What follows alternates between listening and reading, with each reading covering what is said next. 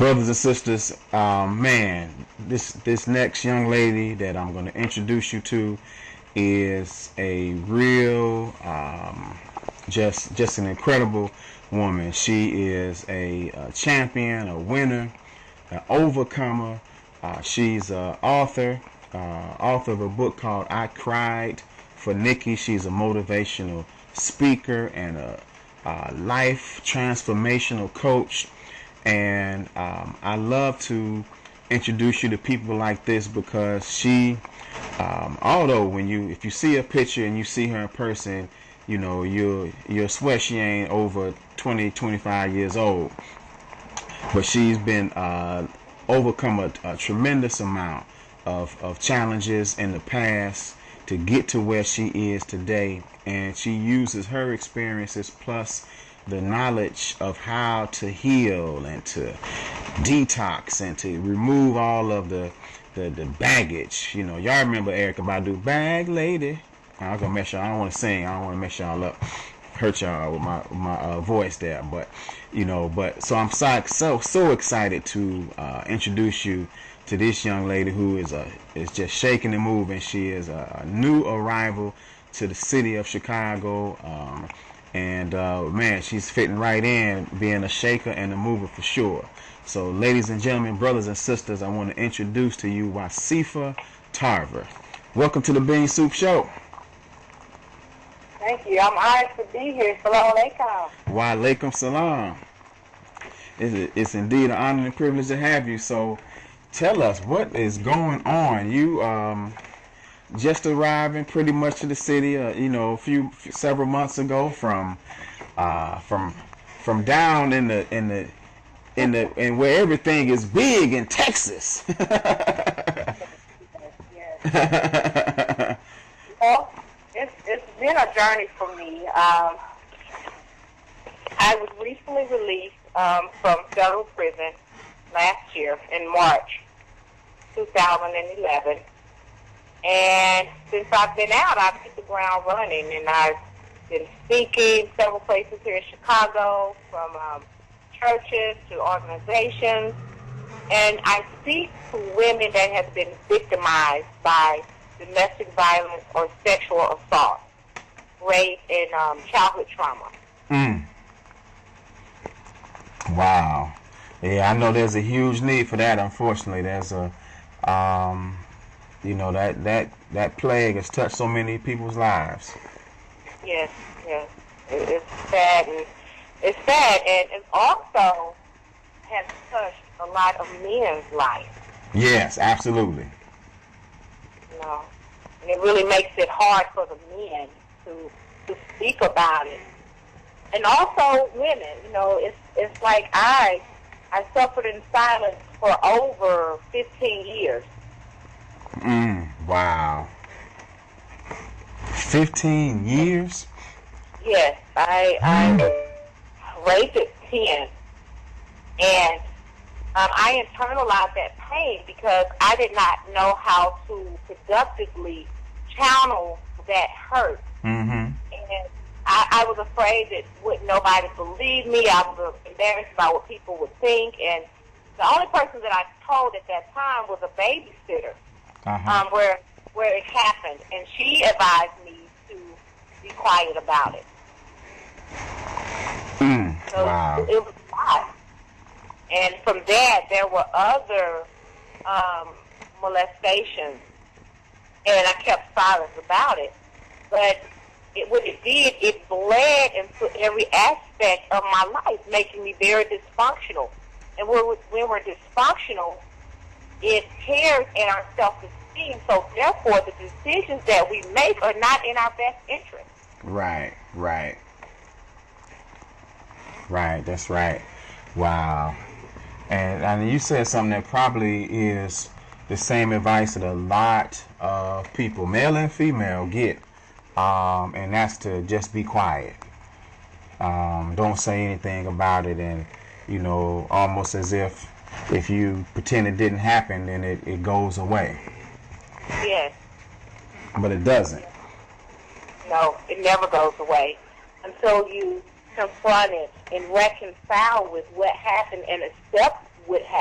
Right. And when I say accept it, like no, not say, okay, this happened to me and I'm doomed. Accept it, make peace with that pain. Because if you don't have peace, you cannot. If you don't reconcile from it, then there's no benefit from it. Mm-hmm. Mm-hmm. And we just keep it internally, and it slowly destroys us. Right. It's like cancer, it just eats away at your being. Wow. So in order to heal from that, in order you have to confront it. And once you reconcile with it, then that takes you into the process of evacuating it. All that hurt, all the silence, and all the things that you endured. And you do that by going into a place of forgiveness. Mm-hmm. Mm-hmm. Wow. Yeah, that's very powerful. And since you came out of federal prison, you have hit the ground running. And to me, your activity and the work that you're doing really reflects somebody who is doing just what you said, confronting stuff and making peace in ways that you can handle what life is throwing at you. And so tell me a little bit about some, I know you have a CD, you have a book out, I Cried for Nikki. Tell me about those things and what you're looking to do in the next 4 or 5 years. It's called Releasing the Enemy Within Me. Mm. And I composed this audio CD because as I was going through my journey of healing, I discovered in the season of self-awareness that I volunteered in a lot of my pain, that I was a volunteer and not the victim. Mm. And that's really, it's a hard truth to accept. So what I do in the CD is identify different behaviors so you will know where you're at. Because for a while, I was in a vicious cycle of abuse. I would leave one man that abused me only to walk into another man that abused me. So this became a vicious cycle for me for many years. Wow. Wow. And you're saying something real. This is interesting. Because you're taking a perspective, and I think this is so empowering. You're not blaming yourself, but you're talking about what you did that would lead to you accepting that kind of behavior from somebody else. Right? Is that right? It's not about accepting their behavior. It's about accepting my purpose. Right. Gotcha. And in order for me to detach myself from the pain, as I went into a season of forgiveness for them, mm-hmm. they had an assignment. So it wasn't them that did what they did to me, but what was inside of them. Mm-hmm. And their assignment was for me to give birth to my purpose. Mm-hmm. So therefore, when we go through adversity, when we go through challenges in life, bad as it may seem, we cannot take it personal. And that's what we do a lot of times. We take our pain personal. Right. Wow. So in the CD, you walk through. Tell me a little bit more about what people can. What's in the CD? Well, I'll take you through the CD, steps of where you're at in your life and move you from that place. Mm-hmm. Identify different behaviors and the process of eliminating those behaviors. Wow, that's beautiful. You can walk confidently into your purpose. When we're shackled to our childhood traumas, the things of our past, our failures, and our fears, it paralyzes us. There's no growth. There's no movement. That's right. So these are So you helping people take off the shackles, Yes. so they can Yes. go about their purpose and do what they've been, what God got on their heart for them to do for their lives. Yes, everyone has, I tell women all the time that they have power that they haven't even begun to tap into. They are divine. That Mm-hmm. every one of our lives is destined for a divine purpose.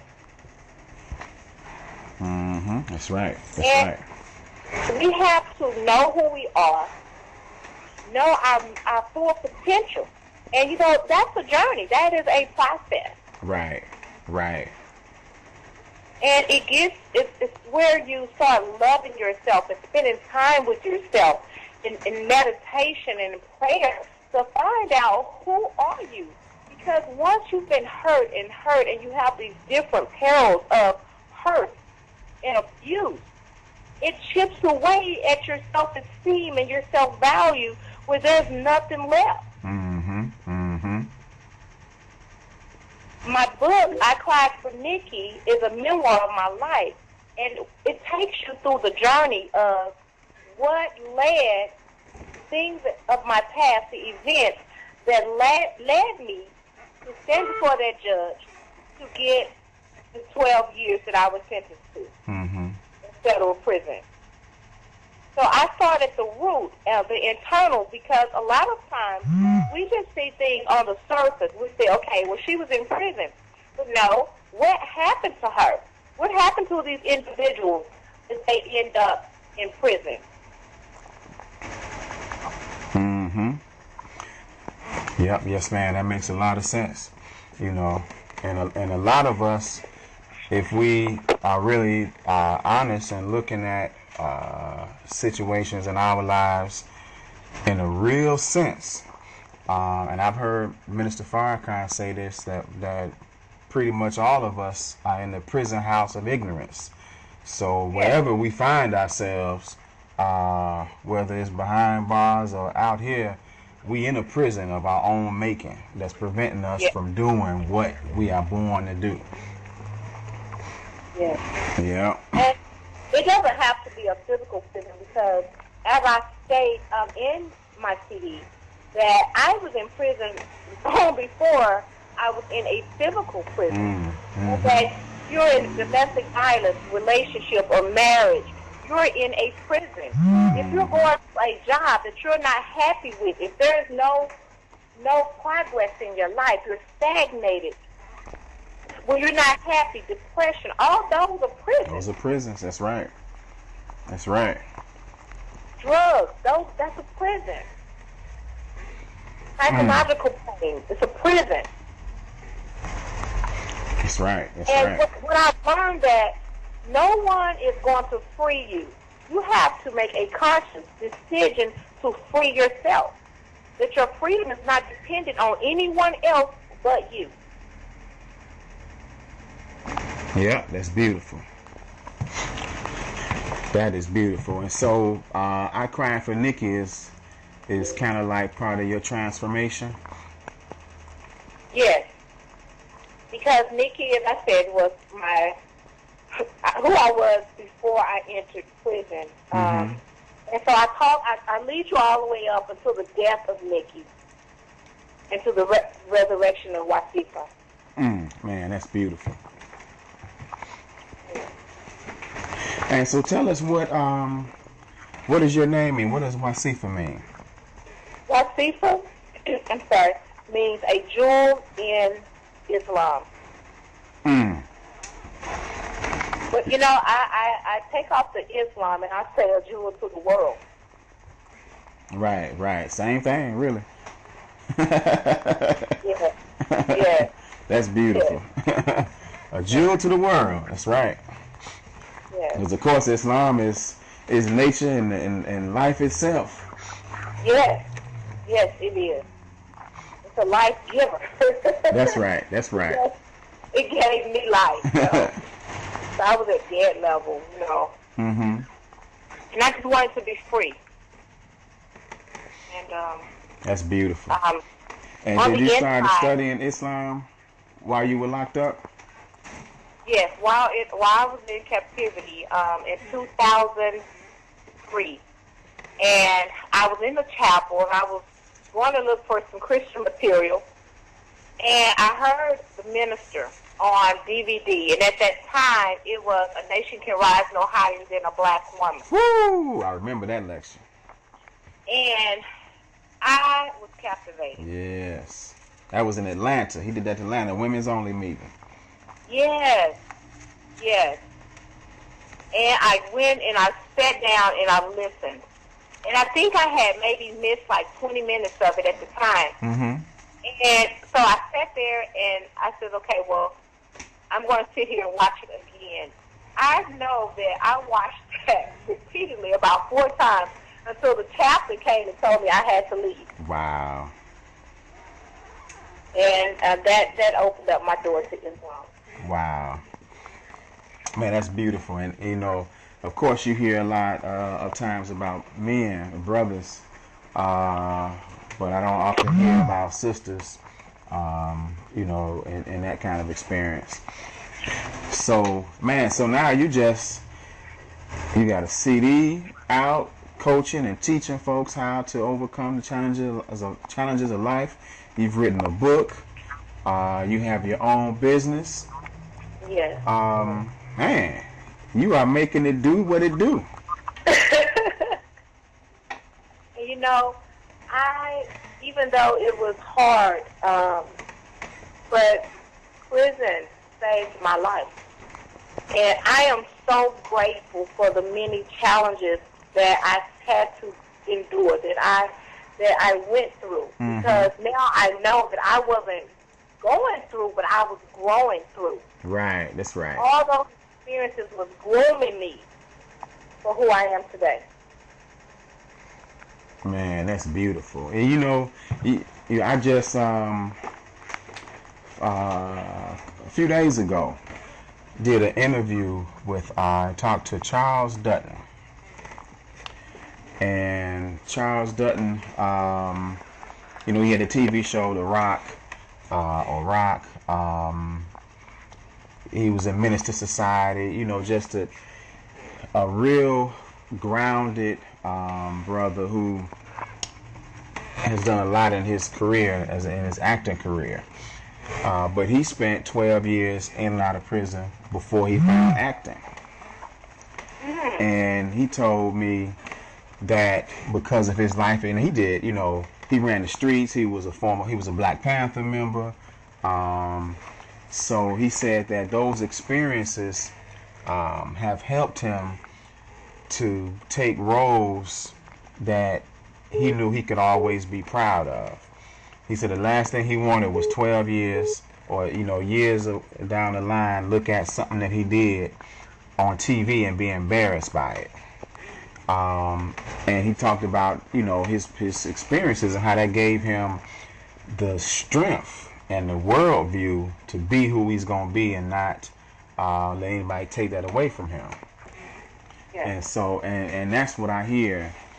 And you as well, you know, it's like you're saying, it helped to give you a certain grounding. Man, that you can now soar and prosper and do more than many people who never had those type of experiences and won't learn from others. But that's your goal now, to help people so they don't have to make some of the mistakes and go through some of the stuff that you went through. Yeah. That's a beautiful thing. Yeah. And just to let, you know, empower women and let them know that no matter what we've been through, that we are overcomers, that we are born with strength. It's in our DNA. If we go back to what our ancestors, have endured and overcame, their blood is running through us. You know, they had their children on their back while they was two, sometimes one on their side and one on their back, and they would still pick cotton. They would still be in the field and go in and prepare a meal for their slave master and for their family. And they just endured and they kept going. That's right. And that's right. We have that in us. You know, so I tell people that once you adversity and challenges in life, it's inevitable. We're going to go through. But how we perceive what we are going through will determine the outcome. The fire can purify you and burn out that you don't need, that what you're going through. It's a cleanser, or it can burn you up. That's right. That's How right. you use the fire is up to you. Right. That's it. It's up to you. The prison system is built to destroy you, for you to come out bitter and not better. So you have to make a conscious decision, and a flower, whether you're in prison, whether you're at home, you're on a job, because a flower grows wherever it's at. You That's have right. to take what you have and build upon it. That's right. And I've always heard that a fool keeps starting over, but a wise man builds from where they're at. I like that. A fool keeps starting over, but a wise man builds from where they're at. Yes. So we don't have to keep going back and going back and going back. No. We're going to start right here. We're going to start today. Man, that's That's beautiful. what I'm saying. That's beautiful. So are you enjoying Chicago? I know we've had some weather recently that rivals Texas. Yes, but I think this heat is hanging neck to neck. Sometimes I go outside, I think I'm back home. Yes, but Chicago is beautiful. Yeah, it won't. Don't worry, it won't last. It won't last. I met some awesome, phenomenal brothers and sisters since I've been home from various faiths that have received me without judgment, have received me with loyalty and love. And that's what makes me happy. That's beautiful. Yeah. I That's had a good. brother in Atlanta to tell me, he said, sister, and he was an ordained minister. He said, when I see you, I don't see Christian, I don't see Muslim, I don't see Buddhist. He says, I see a woman walking in truth. That's a tremendous compliment. That's real right there. Yes. No, That's beautiful. Thank you. Very humbling. Right. Well, we appreciate you walking with truth here in the city of Chicago. Thank you. Now, what is your tell people your website and how people can get more information about your CD and your book. That's at www.Waseefa, Waseefa, Tarver, Tarv as in Victor, ER.com. Excellent. And so you have another CD you're working on too as well, right? Yes, it's from trauma to transformation. From trauma to transformation. Wow. Yes. I like that. That will be out also in September. Beautiful. We had to get you back on so we can talk about that as well. I will be honored. Man, that is beautiful. I will be honored. And then you also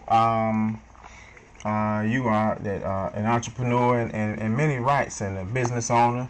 So you also have another service, right, where you help folks when the house is too messy and they don't have enough time on their hands to clean it up.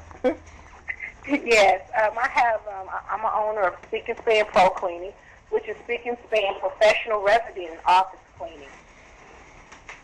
And what it creates jobs for women. I deal with a lot of women in transitions, and not just transitioning from prison, just transitioning careers, transitioning in marriage, from going from marriage to divorce or from divorce to marriage, transitioning from drugs, transitioning from adversity. And my service is fully insured, it's fully bonded. It's not a hire-all company, but my employees are properly screened, and we just have a very good work team. Very good work team. That's excellent. That's excellent. Well, man, you are doing some wonderful stuff, and we're glad to hear about it. We're pleased to have met you, and look forward to hearing more great things about what you're doing. Yes, and I look forward to coming back soon, God willing, and I'm so excited about coming back soon, and I'm even more excited about life. That's what's up. Yeah. Well, we appreciate you, the jewel of the world. and keep shining. You as well. All right. Assalamu alaikum. Thank you. Walaikum assalam. Okay, beautiful.